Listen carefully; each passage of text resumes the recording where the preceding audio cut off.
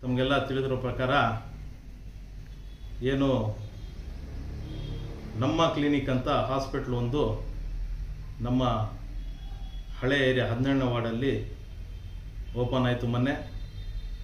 ಆ ಹಾಸ್ಪಿಟ್ಲು ಉದ್ಘಾಟನೆ ವಿಚಾರದಲ್ಲಿ ಏನು ಶಿಷ್ಟಾಚಾರ ಪ್ರೋಟೋಕಾಲ್ ಉಲ್ಲಂಘನೆ ಆಗ್ತಾ ಇರುವಂಥದ್ದು ತಮಗೆಲ್ಲ ಗಮನಕ್ಕೆ ಬಂದಿದೆ. ಅದು ಸತ್ಯ. ತಮಗೆಲ್ಲ ತಿಳಿದಿರೋ ಪ್ರಕಾರ ನೀವು ನೋಡ್ಬೋದು ವೇದಿಕೆ ಮೇಲೆ ಪ್ರೋಟೋಕಾಲ್ ಪದೇ ಪದೇ ಉಲ್ಲಂಘನೆ ಆಗುವಂಥದ್ದು ನಮ್ಮ ತಾಲೂಕಲ್ಲಿ ಯಾಕೆ ಈ ರೀತಿ ಆಗ್ತಾ ಇದೆ? ಯಾರೋ ಬರೋದು, ಕೂತ್ಕೊಳ್ಳೋದು ಸ್ಟೇಜ್ ಮೇಲೆ, ಅಂದರೆ ಏನು ಅರ್ಥನೇ ಇಲ್ವಾ? ಕನಿಷ್ಠ ಬುದ್ಧಿ ಇಲ್ವಾ ಈ ಅಧಿಕಾರಿಗಳಿಗೆ? ಕಾಮನ್ ಸೆನ್ಸು, ಕನಿಷ್ಠ ಬುದ್ಧಿ. ಯಾಕೆ ಈ ರೀತಿ ಮಾಡ್ತಾ ಇದ್ದಾರೆ? ನಿಮ್ಮ ಕೆಲಸ ಕಾರ್ಯಗಳು ಕರೆಕ್ಟಾಗಿ ಮಾಡಿದ್ರೆ ಬೇರೆಯವ್ರು ಪ್ರಶ್ನೆ ಮಾಡುವಂಥದ್ದೇನಿರುತ್ತೆ? ನಮ್ಮ ಕ್ಲಿನಿಕ್ ಉದ್ಘಾಟನೆ ಸಮಯದಲ್ಲಿ ಯಾರಿಗೋ ಸಂತೋಷ ಪಡಿಸೋಕ್ಕೆ ಕರೆಸ್ಬಿಟ್ಟು ಸ್ಟೇಜ್ ಮೇಲೆ ಕೂರಿಸ್ತಾರೆ. ನಾನು ಅದಕ್ಕೆ ವಿರೋಧ ಮಾಡ್ತೀನಿ. ರಾಜಕೀಯವಾಗಿ ಹೇಳಬೇಕಾದ್ರೆ ಯಾರು ಮತಗಳು ಹಾಕಿಲ್ಲ, ಕಷ್ಟಪಟ್ಟಿಲ್ಲ, ನಮ್ಮ ಶಾಸಕರ ಗೆಲುವಿಗಾಗಿ ಶ್ರಮಿಸಿಲ್ಲ ಅಂಥವ್ರಿಗೆಲ್ಲ ಕರೆಸೋದು, ಕೂರಿಸೋದು. ಅಲ್ಲಿ ಕಷ್ಟಪಟ್ಟಿರೋಂಥವರು ನಾಯಕರಾಗಿರ್ಬೋದು, ಕಾರ್ಯಕರ್ತರಾಗಿರ್ಬೋದು, ಅವ್ರ ಮನಸ್ಸುಗಳಲ್ಲಿ ಏನಾಗಬೇಕು? ನಾನು ರಾಜಕೀಯವಾಗಿ ಹೇಳ್ತಾ ಇರೋದು ಇದು. ಆದರೆ ನಾನು ರಾಜಕೀಯಕ್ಕೆ ಹೋಗಲ್ಲ. ಈಗ ನಾನು ಏನು ಪ್ರೋಟೋಕಾಲ್ ಇದೆ ಆ ಪ್ರೋಟೋಕಾಲ್ ಫಾಲೋ ಮಾಡಿ ಅಂತ ಹೇಳ್ತೀನಿ. ಪದೇ ಪದೇ ನಿಮ್ಮ ಜವಾಬ್ದಾರಿಗಳಿಲ್ವಾ? ಹೇಗೆ ಹೀಗೆ ಮಾಡಿದ್ರೆ ನೀವೆಲ್ಲ? ಕನಿಷ್ಠ ಬುದ್ಧಿ ಇಲ್ವಾ? ಹಾಗಾದರೆ ಪ್ರೋಟೋಕಾಲ್ ಅನ್ನೋದು ಏನಕ್ಕೆ ಇರಬೇಕು? ನಿಮ್ಮ ಮನಸ್ಸಿಗೆ ಬಂದಂಗೆಲ್ಲ ನೀವು ಆಟ ಆಡುತ್ತಾ ಇದ್ರೆ. ಮೊನ್ನೆ ತಾನೇ ಇಲ್ಲೊಂದು ಪ್ರೋಗ್ರಾಮ್ ಆಯಿತು ಆಂಜನೇಯ ಸ್ವಾಮಿ ದೇವಸ್ಥಾನ ಜಾಗದಲ್ಲಿ. ಅಲ್ಲೂ ಪ್ರೋಟೋಕಾಲ್ ಉಲ್ಲಂಘನೆ ಆಗತ್ತೆ, ಶಿಷ್ಟಾಚಾರನೇ ಇರೋಲ್ಲ. ಯಾರೋ ಬಂದು ಸ್ಟೇಜ್ ಮೇಲೆ ಕೂತ್ಕೊಂಡಿದ್ದಾರೆ, ನೀವು ನೋಡ್ಬೋದು, ಮೀಡಿಯಾದಲ್ಲೆಲ್ಲ ಕಾಣತ್ತೆ. ಏನು ಬೇಕಂತ ಮಾಡ್ತಾ ಇದ್ದೀರಾ? ಒಂದು ರೀತಿ ಇರುವಂಥ ಸದಸ್ಯರಿಗೆ ಇವ್ರಿಗೆಲ್ಲ ಅವಮಾನ ಮಾಡ್ತಾ ಇದ್ದೀರಾ? ಅರೆ, ನಿಮ್ಗೇನಾನ ಇಚ್ಛಾಶಕ್ತಿ ಇದ್ರೆ, ನಿಮ್ಗೇನಾನ ಅಷ್ಟು ಇಂಟ್ರೆಸ್ಟ್ ಇದ್ರೆ, ನಿಮ್ಮ ಖಾಸಗಿ ಕಾರ್ಯಕ್ರಮದಲ್ಲಿ ಕರ್ಕೊಂಡು ಏನು ಈ ಅಧಿಕಾರಿಗಳಿದ್ದಾರೆ, ನಮ್ಮ ಅಧ್ಯಕ್ಷರಾಗಿರ್ಬೋದು, ಕಮಿಷನರ್ ಆಗಿರ್ಬೋದು, ಅವ್ರದ್ದೇ ತಾನೇ ಜವಾಬ್ದಾರಿ. ಅಲ್ಲಿ ಬುದ್ಧಿ ಇಲ್ವಾ? ನಿಮ್ಮ ಖಾಸಗಿ ಕಾರ್ಯಕ್ರಮ ಕರ್ಸ್ಕೊಂಡು ನೀವು ತಲೆ ಮೇಲೆ ಆದರೂ ಕೂರಿಸ್ಕೊಳ್ಳಿ, ತೊಡೆ ಮೇಲೆ ಆದರೂ ಕೂರಿಸ್ಕೊಳ್ಳಿ, ಭುಜದ ಮೇಲೆ ಆದರೂ ಕೂರಿಸ್ಕೊಳ್ಳಿ. ಬೇಡ ಅಂದಿದ್ದು ಯಾರೋ? ನಿಮ್ಮ ಮನೆಯವ್ರ ಕೂತ್ಕೊಂಡ್ಲಿ, ನಮ್ಗೆ ಬೇಡ ಅಂದಿಲ್ಲ. ಒಂದು ಗೋರ್ಮೆಂಟ್ ಪ್ರೋಗ್ರಾಮು, ಒಂದು ಗೋರ್ಮೆಂಟ್ ಪ್ರೋಗ್ರಾಮಲ್ಲಿ 2 ದಿವಸ ಮುಂಚಿತವಾಗಿ ಹೇಳಿದ್ದೀನಿ ನಾನು ಕಮಿಷನರ್ಗೆ, ನೀವು ಶಿಷ್ಟಾಚಾರ ಫಾಲೋ ಮಾಡಬೇಕು ಅಂತ. ಬೇಕಂತ ಮಾಡ್ತೀರಾ ನೀವು? ಏನು ಅಂದ್ಕೊಂಡಿದ್ದೀರಾ ನೀವು? ಯಾರು ಕೇಳೋರು ಹೇಳೋರು ಇಲ್ಲ ಅಂತನಾ? ಏನು ಡಿಕ್ಟೇಟರ್ಶಿಪ್ ಆಗಬೇಕು? ನಮ್ಗೆ ಯಾರು ಕೇಳೋದು ಅವೆಲ್ಲ ಆಗೋದಿಲ್ಲ. ಪ್ರತಿಯೊಬ್ಬರೂ ನಾವು ಪ್ರಶ್ನೆ ಮಾಡ್ತೀವಿ. ನೀವು ಅಂದ್ಕೊಂಡಿರ್ಬೋದು ಯಾರು ಮಾಡಲ್ಲ ಅಂತ, ಮಾಡ್ತೀವಿ. ಇವೆಲ್ಲ ನೋಡ್ತಾ ಇದ್ರೆ ಮುಂದಿನ ದಿನಗಳಲ್ಲಿ ಈ ಅಧಿಕಾರಿಗಳು ಮಾಡುವಂಥ ತಪ್ಪುಗಳಲ್ಲಿ ಬೇರೆಯವ್ರ ತಲೆ ಬಗ್ಸುವಂಥ ಕೆಲಸ ಆಗ್ತಾ ಇದೆ. ನೀವೇ ಒಂದು ರಾಜಕೀಯದಲ್ಲಿ ಹೋದರೆ, ರಾಜಕೀಯ ದೃಷ್ಟಿಯಿಂದ ನೋಡಿದ್ರೆ ಎಷ್ಟು ನೋವಾಗತ್ತೆ ಅಲ್ಲಿರುವಂಥ ಲೋಕಲ್ ಲೀಡರ್ಸ್ಗೆಲ್ಲ, ಕಾರ್ಯಕರ್ತರಿಗೆಲ್ಲ. ಅವ್ರಿಗೆಲ್ಲ ಯಾರಿಗಂದ್ರೆ ಅವ್ರು ಕೂರಿಸ್ಬಿಡೋದು. ಗೊತ್ತಿದ್ದು ಹಾಗೆ ಮಾಡ್ತಾ ಇದ್ರೆ, ಗೊತ್ತಿದ್ದು ಮಾಡಿದ್ರೆ ನೋಡಿ ನೀವು ಆ ಪ್ರೋಗ್ರಾಮಲ್ಲಿ ಸ್ಟೇಜಲ್ಲಿ ಯಾರ್ಯಾರು ಕೂತಿದ್ದಾರೆ ಅಂತ ನೋಡಿ. ಮೊನ್ನೆ ಆಗಿರುವಂಥ ನಮ್ಮ ಕ್ಲಿನಿಕ್ ಓಪನಿಂಗ್ ಆವಾಗ ನೋಡಿ ಏನೇನಾಗಿದೆ, ಸ್ಟೇಜ್ ಮೇಲೆ ಯಾರು ಕೂತ್ಕೊಂಡಿದ್ರು. ನಾವು ಹೇಳಬೇಕಾ ಶಿಷ್ಟಾಚಾರ ಫಾಲೋ ಮಾಡ್ತಾ ಇಲ್ಲ ಇಳಿಸ್ರಿ ಅವ್ರಿಗೆ ಅಂತ? ಕನಿಷ್ಠ ಬುದ್ಧಿ ಆದರೂ ಇರಬೇಕು. ಈ ಬುದ್ಧಿಗಳಿದೆ, ಅತಿ ಬುದ್ಧಿಗಳು ನಿಮ್ದೆಲ್ಲ ಅಧಿಕಾರಿಗಳದು. ನೀವು ಮಾಡೋ ತಪ್ಪುಗಳಿಂದ ಎಲ್ಲ ತಲೆ ಬಗ್ಸ್ಬೇಕು. ಮತ್ತೆ ನೋಡೋ ಸನ್ಮಾನ ಅಂತೆ, ನಗರಸಭೆಯಿಂದ ಸನ್ಮಾನಗಳು ಸದಸ್ಯರುಗಳಿಗೆ. ಯಾರಿಗೆ ಬೇಕು ನಿಮ್ಮ ಸನ್ಮಾನಗಳು? ಈ ಥರ ಎಲ್ಲ ಅವಮಾನಗಳು ಮಾಡೋದು. ಒಂದು ಕಡೆ ಅವಮಾನಗಳು ಮಾಡೋದು, ಇನ್ನೊಂದು ಕಡೆ ಸನ್ಮಾನಗಳು ಮಾಡೋದು. ಸನ್ಮಾನಗಳು ಮಾಡಿಸ್ಕೊಳ್ದೇ ಇದ್ರೆ ನಗರಸಭೆಗೆ ಅವಮಾನ ಮಾಡ್ದಂಗಿರೋದೆ ಅಂತ ಮೈಕಲ್ಲಿ ಹೇಳೋದು. ಫಸ್ಟು ಗೌರವ ಕಲಿಯೋದನ್ನು ಕರೀರಿ. 31 ಸದಸ್ಯರು ಹೇಳೋ ಮಾತುಗಳು ಸ್ವಲ್ಪ ಕೇಳೋದಾದ್ರೂ ತಾಳ್ಮೆ ಇಟ್ಕೊಳ್ಳಿ. ಆವಾಗ ನೀವು ಸನ್ಮಾನ ಮಾಡುವಷ್ಟು ಶಕ್ತಿ ಬರ್ತದೆ. ಯಾರ ಮಾತು ಕೇಳಲ್ಲ, ನಿಮ್ಮ ಮನಸ್ಸು ಬಂದಂಗೆಲ್ಲ ಆಟಗಳು ಆಡ್ತೀರಾ. ನಾಮಕೆ ವಾಸ್ತೆ ಸಭೆಗಳು ಮಾಡ್ತಾರೆ ನಮ್ಮ ಅಧ್ಯಕ್ಷರು. ನಾಮಕೆ ವಾಸ್ತೆ ಬರೀ 1.5 ಗಂಟೆ 2 ಗಂಟೆಯಲ್ಲಿ ಪೂರ್ತಿ ಸಾಮಾನ್ಯ ಸಭೆನೂ ಆಗ್ಬಿಡತ್ತೆ, ಬಜೆಟ್ ಮೀಟಿಂಗು ಆಗ್ಬಿಡತ್ತೆ. ಯಾಕೆ ಮಾಡ್ತೀರಾ ಅಂತ ಕೆಲಸಗಳು? ಏನಕ್ಕೆ ಬೇಕಂತ ಕೆಲಸಗಳು? 3 ತಿಂಗಳಿಗೊಮ್ಮೆ ಸಭೆ ಮಾಡ್ತೀರಾ. ಎಷ್ಟು ಇಚ್ಛಾಶಕ್ತಿ ಇದೆ ನಿಮ್ಮ ಜನರ ಮೇಲೆ ಅಂತ ಗೊತ್ತಾಗ್ತಾ ಇದೆ. ಅಲ್ಲಿ ನೋಡಿದ್ರೆ ಅಧ್ಯಕ್ಷರ ಅಪ್ಪಣೆ ಮೇರೆಗೆ ಎದ್ದೇಳಿ ಎಲ್ಲ ಕಮಿಷನರ್ ಹೇಳ್ತಾ ಇರ್ತಾರೆ. ಇವ್ರ ಬಾಯಿಗೆ ಲಗಾಮ್ ಹಾಕ್ಬಿಟ್ಟಿರ್ತಾರೆ ಅಧ್ಯಕ್ಷರ ಬಾಯಿಗೆ, ಮಾತಾಡೋಕ್ಕೆ ಇಲ್ಲ ಅವರು. ಅದಕ್ಕೆ ಮೊನ್ನೆನೇ ಹೇಳಿದೆ ನಾನು, ಅಧ್ಯಕ್ಷರು ಹೋಗ್ಬಿಟ್ಟು ಕಮಿಷನರ್ ಆಗ್ಬಿಡಿ, ಕಮಿಷನರ್ ಹೋಗ್ಬಿಟ್ಟು ಅಧ್ಯಕ್ಷರು ಆಗ್ಬಿಡಿ, ಚೇಂಜ್ ಮಾಡ್ಕೊಳ್ಳಿ ಅಂತ. ಏನಾಗ್ತಾ ಇದೆ? ಏನು ತಮಾಷೆ ಮಾಡ್ತಾ ಇದ್ದೀರಾ ನೀವೆಲ್ಲ? ಮೊನ್ನೆ ನೋಡಿದ್ರೆ ಆ ಫಂಕ್ಷನ್ ಅಲ್ಲಿ ಖಾತೆಗಳು ಕೊಡ್ತಾ ಇದ್ದೀವಿ ಅಂತ ಹೇಳ್ತಾರೆ. ನೀವು ನೋಡ್ಬೋದು ಖಾತೆಗಳು ಕೊಡ್ತಾ ಇದ್ದೀರಂತ. ಖಾತೆಗಳು ಮೊದಲಿಂದ ಕೊಡ್ತಾ ಇದ್ದಾರ್ರಿ. ಯಾರಿಗೂ ನೀವು ಮಕ್ಕಳ ಟೋಪಿ ಆಗ್ತಾ ಇರೋದು? ಸರ್ಕಾರದಿಂದ ಖಾತೆಗಳು ಕೊಡಿ ಅಂತ ಹೇಳಿದ್ದಾರೆ. ಏನ್ ಡಬಲ್ ಟ್ಯಾಕ್ಸ್ ಕಟ್ಸ್ಕೊಂಡು ಏನ್ ಅಧಿಕೃತ ಅನಾಧಿಕೃತ ಆಯ್ತೋ ಅಧಿಕೃತ ಮಾಡ್ಕೊಂಡು ಬರ್ತಾ ಇದ್ದಾರೆ. ಅನಾಧಿಕೃತವನ್ನು ಮಾಡದಿರುವ ಪಕ್ಷದಲ್ಲಿ ಅದಕ್ಕೆ ಡಬಲ್ ಟ್ಯಾಕ್ಸ್ ಕಟ್ಸ್ಕೊಂಡು ಅಧಿಕೃತ ನೀವು ಕೊಡಕ್ಕಾಗಲ್ಲ, ಅದು ಅನಾಧಿಕೃತನ ಖಾತಾ ಅಂತ ಹೇಳ್ತಾರೆ. ಅದು ಕೊಡಿ ಅಂತ ಹೇಳಿದ್ರೆ ಇಲ್ಲಿ ನೋಡಿದ್ರೆ ಖಾತೆಗಳು ಕೊಡ್ತಾ ಇದ್ದೀನಿ ಅಂತ ಹೇಳ್ತಾರೆ. ಯಾಮಾರಿಸ್ತಾ ಇರೋದಲ್ಲ ಇವರೆಲ್ಲ? ಯಾಕೆ ಈ ತರ ಯಾಮಾರಿಸ್ತೀರಾ? 94cc ಅಂತೆ. 94cc ಇವ್ರಿಗೇನು ಅಧಿಕಾರ ಇದೆ? Who is he? ಯಾರು ಇವರು? ಕಮಿಷನರು. ಏನು ಅಧಿಕಾರ ಇದೆ ಇವ್ರಿಗೆ? ತಹಶೀಲ್ದಾರ್ ಕೊಡುವಂಥದ್ದು, ಹಕ್ಕುಪತ್ರಗಳು ಆರ್ಐಗೆ ಹೋಗುವಂಥದ್ದು, ಗುಂಡ್ತೋಪ ಮನೆಗಳು ಕಟ್ಕೊಂಡಿದ್ರೆ ಅದಕ್ಕೆ ಆಥರೈಸ್ ಮಾಡುವಂಥದ್ದು. ಪ್ರತ್ಯಕ್ಷ ಸಾಕ್ಷಿ ತಹಶೀಲ್ದಾರೇ ನನ್ನ ಜೊತೆ ಕೂತಿದ್ರು. ಕೇಳಿದೆ ನಾನು, ಏನು ಸರ್ ಯಾರು ಗಮನಕ್ಕೂ ಇಲ್ಲ? ಯಾವ ನೀನು 94cc ಮಾಡಿಸ್ಬಿಟ್ಟಿರೋದು? ಎಷ್ಟು ಅರ್ಜಿಗಳು ಬಂದಿದೆ?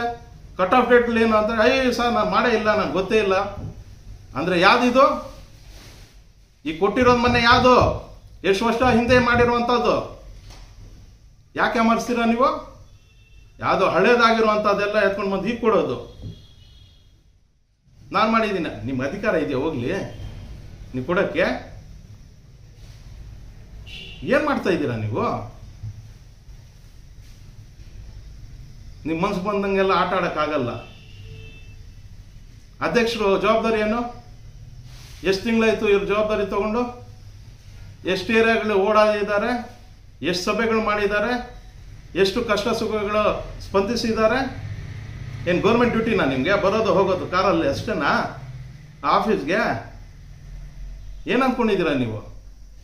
ನಿಮ್ಮ ಜವಾಬ್ದಾರಿ ಏನು? ಆ ಸ್ಥಾನ ಬಗ್ಗೆ ಏನು ನಿಮ್ಗೇನು ಗೊತ್ತಿಲ್ಲ. ಆ ಸ್ಥಾನದ ಬಗ್ಗೆ ನಿಮ್ಗೆ ಏನಾನ ಗೊತ್ತಿದ್ರೆ ಹೇಗೋ ಇರ್ತಾಯಿತ್ತು ನಮ್ಮ ನಗರಸಭೆ. ಏನಾಗ್ತಾ ಇದೆ ಅಂದರೆ 31 ಸದಸ್ಯರು ನೀವು ಅಧ್ಯಕ್ಷರಲ್ವಾ? ನಿಮ್ಮ ಜವಾಬ್ದಾರಿ ಇಲ್ವಾ? ತಿಂಗಳಿಗೆ ಅಟ್ಲೀಸ್ಟ್ ತಿಂಗಳಿಗೆ ಒಂದು 10 ವಾರ್ಡ್ಗಳು ವಿಸಿಟ್ ಮಾಡಿ. ಒಂದು ತಿಂಗಳಿಗೆ. ಯಾಕಂದರೆ 3 ತಿಂಗಳಿಗೊಮ್ಮೆ ನೀವು ಸಭೆ ಮಾಡೋದು. ಈಗೇನು 6 ತಿಂಗಳು 7 ತಿಂಗಳು ಇದೆ, ಅದು ಸ್ವಾಹ ಆಗಿಬಿಡುತ್ತೆ. ಹಿಂಗೆ ನಡ್ಸ್ಕೊಂಡು ಹೊಟ್ಟೋಗ್ಬಿಡ್ತಾರೆ. ಸಭೆಗಳು ಮಾಡಲ್ಲ ಇವರು. ನಾವು ಬಿಡೋದಿಲ್ಲ ಬಿಡಿ, ಅದು ಬೇರೆ ಪ್ರಶ್ನೆ. ತಿಂಗಳಿಗೆ ಕನಿಷ್ಠ ಅಂದ್ರೆ ಒಂದು 10 ವಾರ್ಡ್ಗಳು ವಿಸಿಟ್ ಮಾಡಿ, ಅಲ್ಲಿ ಕಷ್ಟ ಸುಖ ಜನರದ್ದು ತಿಳ್ಕೊಂಡು ಸ್ಪಂದಿಸಿ ಅಧಿಕಾರಿಗಳು ಕರ್ಕೊಂಡು ಹೋಗ್ಬಿಟ್ಟು ಮಾಡೋವಂಥ ಕೆಲಸ ಮಾಡಲಿ. ಅದು ಮಾಡೋಕ್ಕಾಗಲ್ವಾ?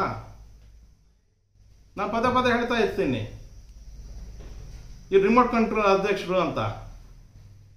ಈ ರಿಮೋಟ್ ಕಂಟ್ರೋಲ್ ಎಲ್ಲ ಅಲ್ಲಿ ನಮ್ಮ ಕಮಿಷನರ್ ಕೊಟ್ಟಿದ್ದಾರಂತ ಮೇಲ್ನೋಟ ಕಾಣುತ್ತಾ ಇದೆ. ಅದೇ ಕಾಣ್ತಾ ಇರೋದು.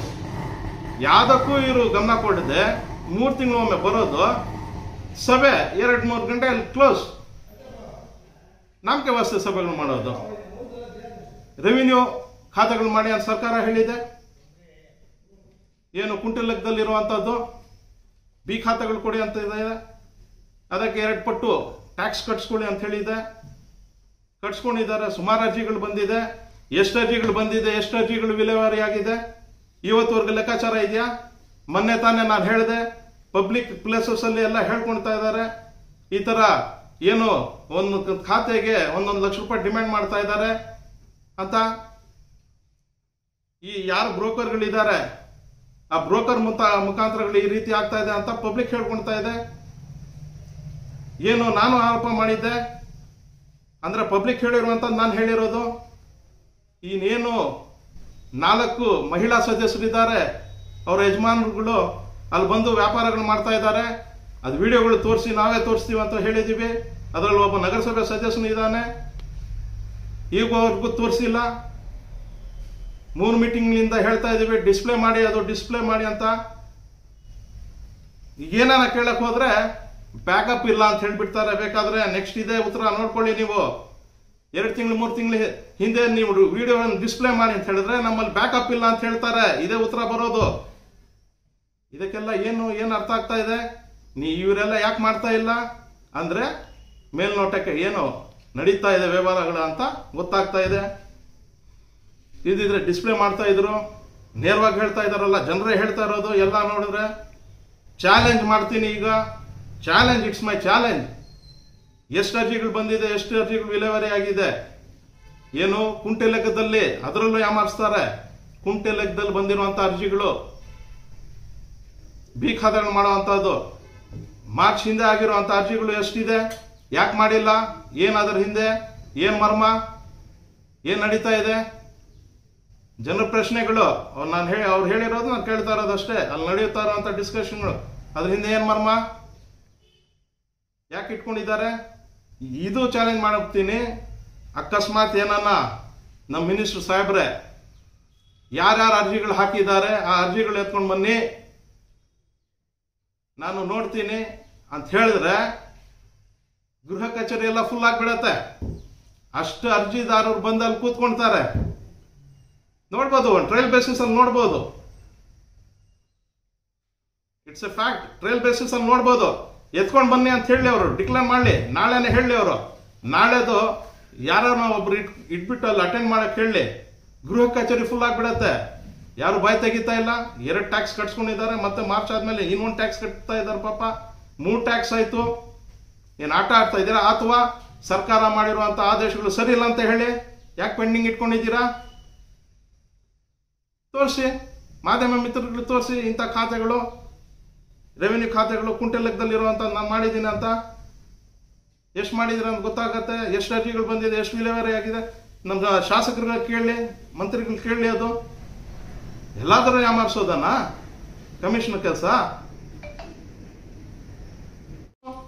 ಆ ಲೈಟ್ಸ್ ಅಂತೆ 40 ವಾಟ್ಸ್ ಲೈಟ್ಸ್, 1,500 2,000 ಲೈಟ್ ಹೋಗ್ಬಿಟ್ಟು 10-12 ಸಾವಿರ ರೂಪಾಯಿ ಕೊಡೋದು. ಏನಾಗ್ತಾ ಇದೆ? ಹಗಲು ಕಳ್ತನನಾ? ಕಳ್ತನ ಮಾಡುವಂತ ಕಳ್ಳ ಪಾಪ ಬೀದಿ ನಾಯಿಗಳಿಂದ ತಪ್ಪಿಸ್ಕೋಬೇಕು, ಪೊಲೀಸವರಿಂದ ತಪ್ಪಿಸ್ಕೋಬೇಕು, ಪಬ್ಲಿಕ್ ಇಂದ ತಪ್ಪಿಸ್ಕೊಂಡು ಕಳ್ತನ ಮಾಡ್ಬೇಕು ಅನ್ನೋ ಅದೃಷ್ಟ ಚೆನ್ನಾಗಿದ್ರೆ ಹೊಟ್ಟೋಗ್ಬಿಡ್ತಾನೆ, ಅದೃಷ್ಟ ಸರಿ ಸಿಕ್ಕಾಕೊಳ್ತಾನೆ. ಆದ್ರೆ ಇವ್ರ ಹಗಲು ಕಲ್ರು ಇವರೆಲ್ಲ ಯಾಕೆ ಇವ್ರ ಬುದ್ಧಿ ಇಲ್ವಾ? 40 ವಾಟ್ಸ್ ಲೈಟ್ ಎಷ್ಟು? 12,000 13,000ನ 1,500 2,000 ರೂಪಾಯಿ ಲೈಟು. ಏನ್ ಮಾಡ್ತಾ ಇದ್ದೀರಾ ನೀವು? ಯಾರು ಕೇಳಲ್ಲ ಅನ್ಕೊಂಡಿದ್ದೀರಾ? ಎಲ್ಲದಕ್ಕೆ ಸಮಯ ಇದೆ, ಎಲ್ಲರೂ ಕೇಳ್ತಾರೆ. ಅದೇ ರೀತಿ ಪಂಪು ಮೋಟರ್ ರಿಪೇರಿ ಅಂತೆ. ನಾನು ಹೇಳ್ತಾ ಇರೋದಲ್ಲ, ಈ ಮೊನ್ನೆ ಸಾಮಾನ್ಯ ಸಭೆಯಲ್ಲಿ ಕೊಟ್ಟಿರುವಂತದ್ದು ಪಂಪು ಮೋಟರ್ ರಿಪೇರಿ ಒಂದು 10,48,000 ಜನವರಿ ಮಾಸಾಯಲ್ಲಿ. ಫೆಬ್ರವರಿಯಲ್ಲಿ 14,88,000. ಅಂದ್ರೆ ತಿಂಗಳಿಗೆ 10 ಲಕ್ಷ ಇಟ್ಕೊಂಡ್ರೆ 1,20,00,000. 1,20,00,000 12 ತಿಂಗಳ ಲೆಕ್ಕ ಹಾಕೊಂಡ್ರೆ 1.25 ಕೋಟಿ ಆಗತ್ತೆ. ನಮ್ಮ ಬೋರ್ವೆಲ್ಸ್ ಎಷ್ಟಿದೆ? Running borewells 80 ಇರ್ಬೋದಾ? 80 ಬೋರ್ವೆಲ್ಗಳಿಗೂ ಹೊಸ ಪಂಪ್ ಮೋಟರ್ ಹಾಕ್ಬಿಟ್ರೆ 1 ಲಕ್ಷ ಅಂದ್ರೇನು 80 ಲಕ್ಷ ರೂಪಾಯಿ ಆಗತ್ತೆ. ಇದೇನಾಗ್ತಾ ಇರೋದು? ಪಂಪ್ ಮೋಟರ್ ರಿಪೇರಿಗೆ 12 ಲಕ್ಷ, 15 ಲಕ್ಷ, 14 ಲಕ್ಷ ತಿಂಗಳಿಗೆ. ಏನ್ ಅಂದ್ಕೊಂಡಿದ್ದೀರಾ ನೀವೆಲ್ಲ? ಹಗಲು ಕಳ್ತಾನ ಅಲ್ವಾ ಇದು? ಒಬ್ಬ ರೈತ ಹಾಕಿರುವಂತ ಪಂಪು ಮೋಟ್ರು 5 ವರ್ಷ ಅಂದ್ರೆ ರಿಪೇರ್ ಬರಲ್ಲ. ನಮ್ಮ ನಗರಸಭೆಯಲ್ಲಿ ಹಾಕಿರುವಂತ ಪಂಪು ಮೋಟ್ರು 1 ತಿಂಗಳಿಗೆ 4 ಸತಿ ರಿಪೇರ್. ಯಾರು ಕೇಳೋರು ಇಲ್ವಾ ನಿಮ್ಗೆ? ಕಂಪ್ಲೀಟು 80-100 ಪಂಪು ಮೋಟರ್ಗಳು ಇಲ್ಲಿ 100 ಪಂಪು ಮೋಟರ್ಗಳು ಹಾಕಿದ್ರೆ 1 ಕೋಟಿ ರೂಪಾಯಿ. ಹೊಸ ಪಂಪು ಮೋಟರ್ಗಳು 1 ವರ್ಷಕ್ಕೆ ತೆಗ್ಬಿಟ್ಟು ಹಾಕ್ಬಿಡೋಣ. ಏನ್ರಿ ಇದು ಆಗ್ತಾ ಇರೋದು? ಯಾರು ಹೇಳೋನಿದಾನ ಕೇಳೋನಿದಾನ? UGDದು UGD ರಿಪೇರ್ ಮಾಡುವಂಥದ್ದು ಅದು ಲಕ್ಷಾಂತರ ರೂಪಾಯಿ. ಎಲ್ಲಿ ಮಾಡಿದಾರೋ, ಏನು ಮಾಡಿದಾರೋ, ಏನಾಗ್ತಾ ಇದೆಯೋ ನಗರಸಭೆಯಲ್ಲಿ. ಒಂದಂತೂ ಸತ್ಯ, ಏನು ಜನರು ಹೇಳ್ಕೊಳ್ತಾ ಇದ್ದಾರೆ ಅಲ್ಲಿ, ಚಿಂತಾಮಣಿ ನಗರಸಭೆ ದಳ್ಳಾಳಿಗಳ ಆಫೀಸ್ ಆಗಿದೆ ಅಂತ. ಅದು ಸತ್ಯ, ಅದ್ರ ಎಣ್ಣೆ ಮಾತೇ ಇಲ್ಲ. ನಡೀತಾ ಇರೋದೇ ನಾನು ಹೇಳಿದ್ದೇನಲ್ಲ, 104 ಮಹಿಳಾ ಸದಸ್ಯರು ಗಂಡಸರು ಎಲ್ಲ ವ್ಯವಹಾರಗಳು ಮಾಡ್ತಾ ಇದ್ದಾರೆ. ಒಬ್ಬ ಸದಸ್ಯನು ಇದಾನಲ್ಲಿ, ಅವನು ಮಾಡ್ತಾ ಇದ್ದಾನಂತ ಜನರಲ್ಲಿ ಹೇಳ್ಕೊಳ್ತಾ ಇದ್ದಾರೆ. ಟೀ ಹೋಟೆಲ್ಗಳಲ್ಲಿ ವಾಕಿಂಗ್ ಮಾಡೋದು, ಝಾನ್ಸಿ ಮೈದಾನದಲ್ಲಿ, ಈ ಪಾರ್ಕ್ ಮುನ್ಸಿಪಲ್ ಆಫೀಸ್ ಪಾರ್ಕಲ್ಲಿ ಎಲ್ಲಿ ನೋಡಿದ ಪಬ್ಲಿಕ್ ಪ್ಲೇಸಸ್ ಮಾತಾಡ್ಕೊಳ್ತಾ ಇದ್ದಾರೆ. ಡಿಸ್ಪ್ಲೇ ಮಾಡಿ ಅಂತ ನಿಮ್ಮ ಮಾಧ್ಯಮ ಮಿತ್ರದ ಮುಂದೆ ಮೊನ್ನೆ ಬಾಯ್ ಪಡ್ಕೊಂಡ್ವಿ ನಾವು. ಡಿಸ್ಪ್ಲೇ ಮಾಡಿಲ್ಲ, 6 ತಿಂಗಳಿಂದ ಹೇಳ್ತಾ ಇದ್ದಾರೆ ಮಾಡಿಲ್ಲ. ಈಗೇನ ಕೇಳಿದ್ರೆ ಪ್ಯಾಕಪ್ ಇಲ್ಲ, ಇದೇ ಉತ್ತರ. ನೆಕ್ಸ್ಟ್ ಏನಾದ್ರು 3 ತಿಂಗಳು 4 ತಿಂಗಳು ಕೊಡಿ ಅಂತ ಹೇಳಿದ್ರೆ ನಮ್ಮಲ್ಲಿ ಬ್ಯಾಕಪ್ ಇಲ್ಲ. ಏನ್ ಮಾಡ್ಕೊಳಕ್ಕಾಗತ್ತೆ? ಅಂತ ಪರಿಸ್ಥಿತಿಗಳು ಬಂದಿದೆ. ಮತ್ತೆ ನಾನು ಪ್ರಶ್ನೆ ಮಾಡ್ತಾ ಇದ್ರೆ ನಾನು ಒಬ್ಬ ದಲಿತ ಅಂತ ಹೇಳ್ತಾರೆ. ಏನ್ ಸರ್ ಭಯಪಡಿಸ್ತಾ ಇರೋದಾ? ನೀವು ದಲಿತ ಅಂತ ನಿಮ್ಮ ಕಮಿಷನರ್ ದಲಿತ ಅಥವಾ ಮುಸ್ಲಿಮು, ಕುರುಬ, ರೆಡ್ಡಿ ಅಂತ ಏನಾರ ನಿಮ್ಗೆ ನೇಮಕ ಮಾಡಿದಾರ ಸರ್ ಸರ್ಕಾರದಿಂದ? ಸರ್ಕಾರಿ ನೌಕರ ಸಂಘದ ಅಧ್ಯಕ್ಷರೇ, ನಿಮ್ಗೆ ಪ್ರಶ್ನೆ ಕೇಳಕ್ಕೆ ಇಷ್ಟಪಡ್ತೀನಿ. ಇಂಥ ಅಧಿಕಾರಿಗಳು ತಮ್ಮ ಜಾತಿಗಳ ಪ್ಲೆಕಾರ್ಡ್ಗಳನ್ನು ಯೂಸ್ ಮಾಡ್ತಾರಲ್ಲ, ನಮ್ಮಂಥವ್ರಿಗೆ ಇದಕ್ಕೇನು ಹೇಳ್ತೀರಾ ನೀವು? ಬುದ್ಧಿ ಹೇಳೋ ಅವಶ್ಯಕತೆ ಇಲ್ವಾ ಇಂಥವ್ರಿಗೆ? ಜಾತಿಗಳ ಮಧ್ಯೆ ಇವರು ಬೆಂಕಿ ಇಕ್ಕುವಂತ ಕೆಲಸಗಳು ಮಾಡ್ತಾ ಇದ್ದಾರೆ. ನಾನು ಹೇಳಿದೆ ಜೋರಾಗಿ, ಐ ಆಮ್ ಇಂಡಿಯನ್ ಅಂತ ಹೇಳಿದೆ. You are a public servant ಅಂತ ಹೇಳಿದ್ದೀನಿ. He is a public servant. ಯಾವುದೇ ಅಧಿಕಾರಿ ಇರಲಿ, ಎಲ್ಲೇ ಇರಲಿ ಇಂಡಿಯಾದಲ್ಲಿ, ಅವನ್ ದಲಿತನಾಗಿರ್ಬೋದು, ಮುಸ್ಲಿಂ ಆಗಿರ್ಬೋದು, ಕುರ್ಬಾ ಆಗಿರ್ಬೋದು, ರೆಡ್ಡಿ ಆಗಿರ್ಬೋದು, ಗೌಡ ಆಗಿರ್ಬೋದು, ಏನೇ ಇರಲಿ, ಕ್ಯಾಶ್ ಅನ್ವಯಿಸೋದಿಲ್ಲ ಆತನಿಗೆ. ಆ ಪೋಸ್ಟ್ಗಿಂತ ಅವನಂತ ಇರಲ್ಲ. ಕಮಿಷನರ್, ತಹಶೀಲ್ದಾರ್ ಅಂತ ತಹಶೀಲ್ದಾರ್ ಅಷ್ಟೇ. ಈ ಜಾತಿ ಆ ಜಾತಿ ಅಂತ ಏನಕ್ಕಿಂತ ಕೆಲಸಗಳು ಮಾಡ್ತೀರಾ? ಇವೆಲ್ಲ ನೀವು ಮಾಡಬೇಕಾದ್ರೆ ಕಮಿಷನರ್ ಹೇಳಕ್ಕೆ ಇಷ್ಟಪಡ್ತೀನಿ, ರಾಜೀನಾಮೆ ಕೊಡಿ. ನಿಮ್ಮ ಪೋಸ್ಟ್ಗೆ ಸೆಲೆಕ್ಟ್ ಮಾಡ್ಕೊಳ್ಳಿ, ಯಾವ್ದನ್ನ ಏರಿಯಾ ಸೆಲೆಕ್ಟ್ ಮಾಡ್ಕೊಳ್ಳಿ, ರಾಜಕೀಯಕ್ಕೆ ಬನ್ನಿ. ಇಲ್ಲಿ ನಿಮ್ಮ ಏನು ವೋಟರ್ ಲಿಸ್ಟ್ ಇದೆ ನಗರದಲ್ಲಿ ಸೇರ್ಪಡೆ ಮಾಡಿಕೊಂಡು ನೀವು ಬನ್ನಿ, ಮಾಡಿ. ರಾಜಕೀಯ ಬಿಡ ಅಂದಿದ್ಯಾರು? ಇವೆಲ್ಲ ರಾಜಕೀಯ ನಡೆಯೋದಿಲ್ಲ ಸರ್. ಎಲ್ಲಿದ್ರೂ ನಾವು, ಹೇಗಿದ್ರೂ ನಾವು ವಿರೋಧ ಮಾಡ್ತೀವಿ. ಆದರೆ ಎಣ್ಣೆ ಮಾತೇ ಇಲ್ಲ. ನೀವು ಬೇರೆ ಬೇರೆ ರೀತಿಯಲ್ಲಿ ಹೋದರೆ ನಾವು ಬಿಡೋರು ಅಲ್ಲ. ನಾವು ಹೇಳೋದೇನೆಂದರೆ, ಜನರ ಸಮಸ್ಯೆಯನ್ನು ಆಲಿಸಕ್ಕೆ ಬಂದಿದ್ದೀರಾ. As a public servant you have to work. I'll question you several times, 1000 times. You have to answer me. ನಾನು 1000 ಸತಿ ನಿಮ್ಮ ಪ್ರಶ್ನೆ ಕೇಳಿದ್ರೆ ನಾನು ಉತ್ತರ ಕೊಡ್ಬೇಕಷ್ಟೇ. ಸಂವಿಧಾನ ಹಕ್ಕದಲ್ಲಿ ನಾವು ಬದುಕ್ತಾ ಇರೋದು. ಇವತ್ತು ಡಾಕ್ಟರ್ BR ಅಂಬೇಡ್ಕರ್ ಸಾಹೇಬರು ಕೊಟ್ಟಿರುವಂಥ ಸಂವಿಧಾನದಲ್ಲಿ, ಆ ಅಡಿಯಲ್ಲಿ ನಾನು ಸದಸ್ಯನಾಗಿರೋದು. ಇವತ್ತು ನಮ್ಮ ಕುಟುಂಬಸ್ಥರೆಲ್ಲ ಅದರಲ್ಲೇ ಆಗಿರೋದು. ನಮ್ಮ ಒಂದು ವೋಟಿಂಗ್ ಪವರ್ ಏನಾದ್ರು ಕಿತ್ತಾಕ್ಬಿಟ್ರೆ ಕೇಳೋರಿರಲ್ಲ, ಹೇಳೋರಿರಲ್ಲ. ಆ ಬಾಬಾ ಸಾಹೇಬ್ ಅಂಬೇಡ್ಕರ್ ಕೊಟ್ಟಿರುವಂಥ ಸಂವಿಧಾನದಲ್ಲಿ ಇವತ್ತು ನಮಗೇನು ವೋಟಿಂಗ್ ಪವರ್ ಇದೆ, ಅದರಿಂದ ಇವತ್ತೆಲ್ಲ ಈ ಸ್ಥಾನಮಾನಗಳೆಲ್ಲ ನಮ್ಗೆ ಸಿಕ್ಕಿರೋದು. ನಿಮಗೂ ಕೂಡ ಕಮಿಷನರ್ ಅವರು ಕೂಡ ಅದೇ ಸಂವಿಧಾನ ಅಡಿಯಲ್ಲಿ ನಿಮಗೂ ಜಾಬ್ ಸಿಕ್ಕಿರೋದು. ಇಲ್ಲ ಅಂತ ಹೇಳಿದ್ರಿ, ಆ ಸಂವಿಧಾನದಲ್ಲಿ ನನಗೆ ಸಿಕ್ಕಿಲ್ಲ ನನ್ನ ಜಾಬು, ನಾನು ಬೇರೆ ಬೇರೆ ರೀತಿಯಲ್ಲಿ ನಾನು ಸಿಕ್ಕಿರೋದು ಅಂತ ಹೇಳಿಬಿಡಿ ಹೋಗ್ಲಿ. ಇವೆಲ್ಲ ಮಾಡಬಾರ್ದು, ಇವೆಲ್ಲ ಮಾಡಬಾರ್ದು. ದೇವರು ಒಳ್ಳೆ ಬುದ್ಧಿ ಕೊಡಲಿ ನಮ್ಮ ಕಮಿಷನರ್ ಅವ್ರಿಗೆ.